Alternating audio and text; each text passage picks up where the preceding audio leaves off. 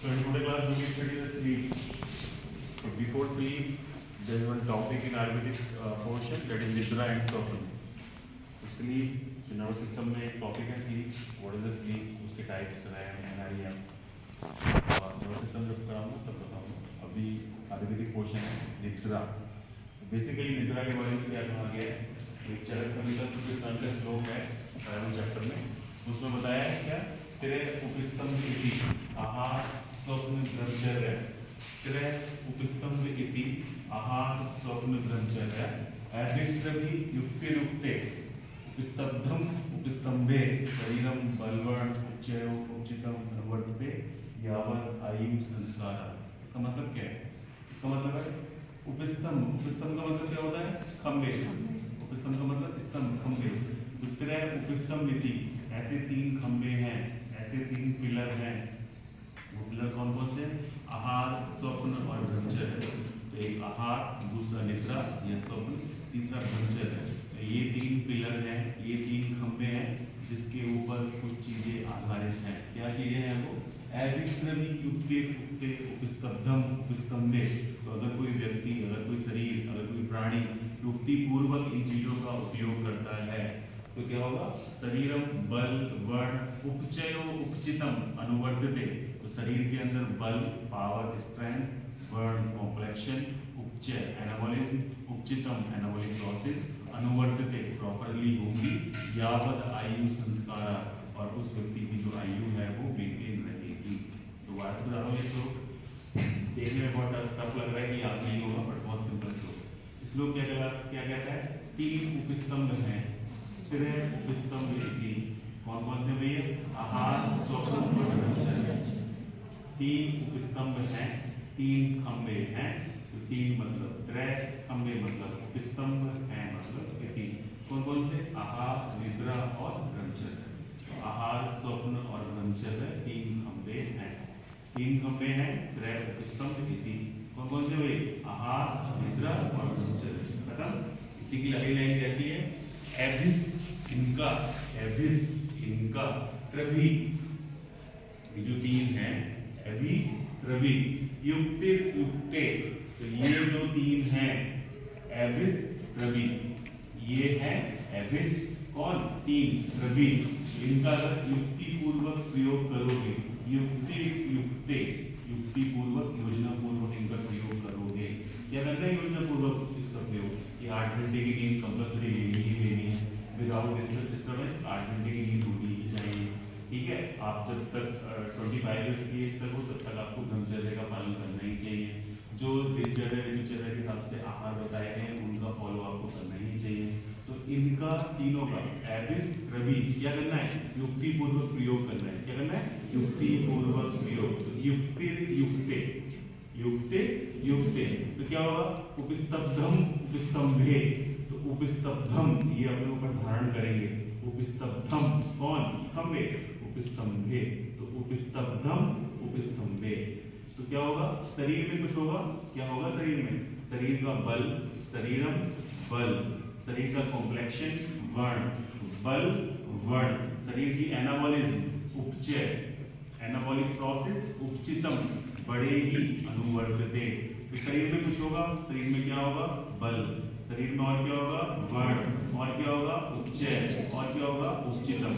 तो शरीर का बल, शरीर का वर्ण, उपचय उपचितम, बढ़ेगी, अनुवर्तते, बढ़ेगी, अनुवर्तते, यावत् आयु संस्कारा. और जिसकी वजह से उस व्यक्ति की जो आयु है वो मेंटेन रहेगी. यावत् आयु संस्कारा. इस लोग देखने में बहुत टफ, बिल्कुल टफ नहीं है. राइट करने में एक बार समझ आ गया. तीन खंभे हैं, त्रय उपस्तंभ इति. कौन कौन से हैं? आहार, निद्रा, ब्रह्मचर्य. इनका तीनों का, इनका तीनों का, इनका एभि तीनों का त्रिभि युक्ति पूर्वक प्रयोग करना है. युक्ते युक्ते. इनका तीनों का एभि त्रिभि क्या करना है? युक्ति पूर्वक प्रयोग करना है. युक्ते युक्ते. तो क्या होगा? ये धारण करेंगे कौन? खंभे. ये धारण करेंगे कौन? खंभे. तो धारण करेंगे उपस्तब्धम. खंभे मतलब उपस्तंभे. इस शरीर में कुछ इफेक्ट आएगा. ये इफेक्ट आएगा शरीरम बल, शरीरम वर्ण, शरीर उपचय, शरीरम उपचिते, अनुवर्तते, यावत् आयु संस्कार. और उस व्यक्ति की जो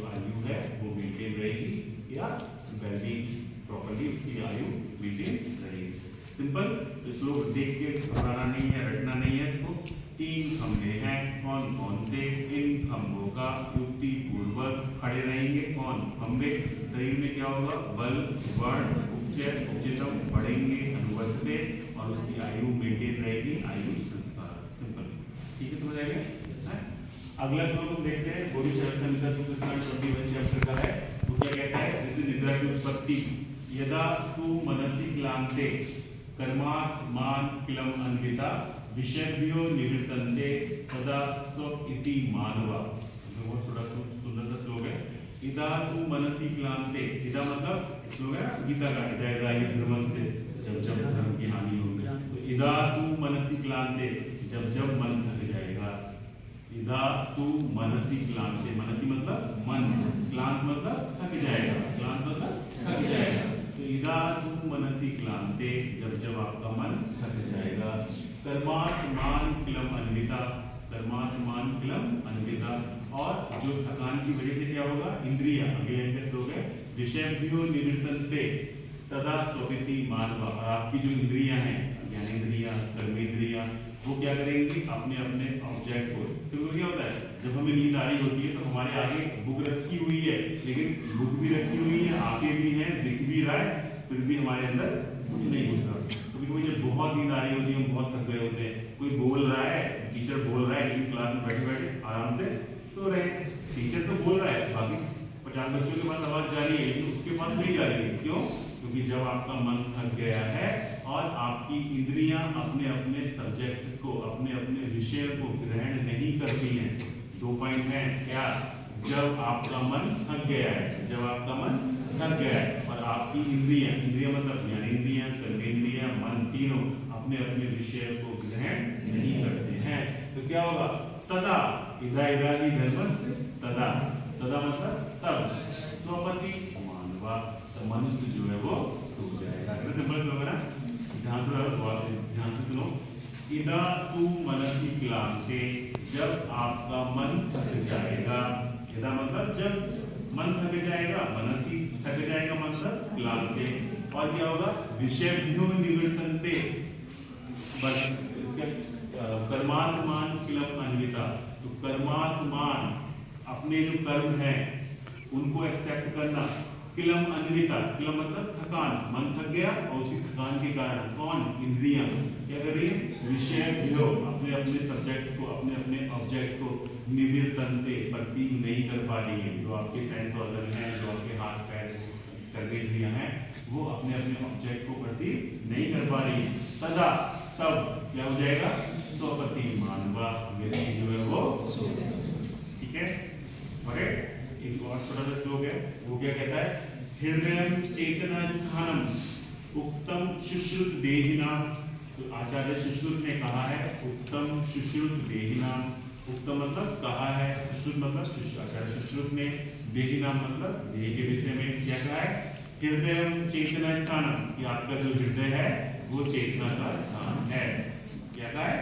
हृदय चेतना का स्थान है।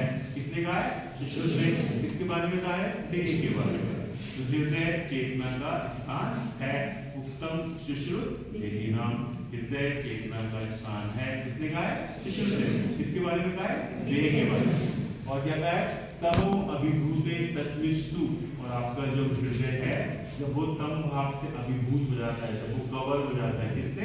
तमो भाव से। तमो भावे अभिवस्तु, श्लोक के शब्द देखो, तमो भावे अभिवस्तु, जब वो आपका हृदय जो कि चेतना का स्थान है, जब वो तमो भाव से कवर हो जाता है, अभिवस्तु, निद्रा विशति देहिनाम, तब आपकी जो बॉडी है, आपका जो शरीर है, वो निद्रा के बस में हो जाता है।